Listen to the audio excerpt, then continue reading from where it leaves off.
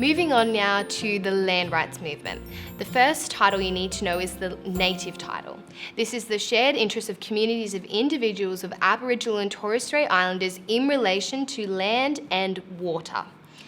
The first event you need to know is the Wave Hill Walk-Off. This happened at a Northern Territory cattle station where a group of Aboriginal Australians walked off in demand of better conditions.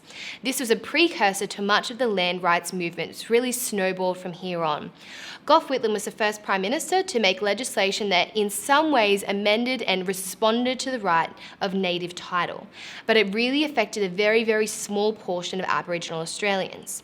And this is where Eddie Mabo came in. In two separate court cases, he took the state of Queensland to the High Court.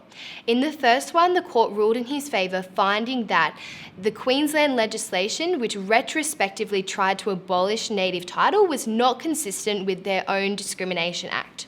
So that was a first win. The second one was exceptionally significant because in Mabo v Queensland number 2, which is the case citation, Mabo was awarded success in this case because the court found that in fact Terra Nullius is a legal fiction. Terra Nullius, meaning land belonging to no one, was not actually factually correct. There were so many places in Australia that were inhabited, even though at the time to British settlers they didn't seem civilised. Nonetheless, land belonging to no one has officially been overturned.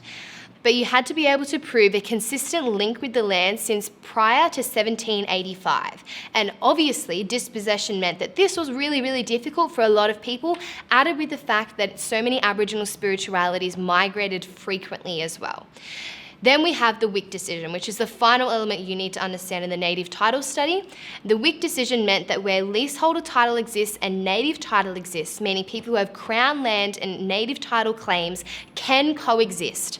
But it means that if they ever come into conflict, the leaseholder title will override the native title claim. Thank you for listening.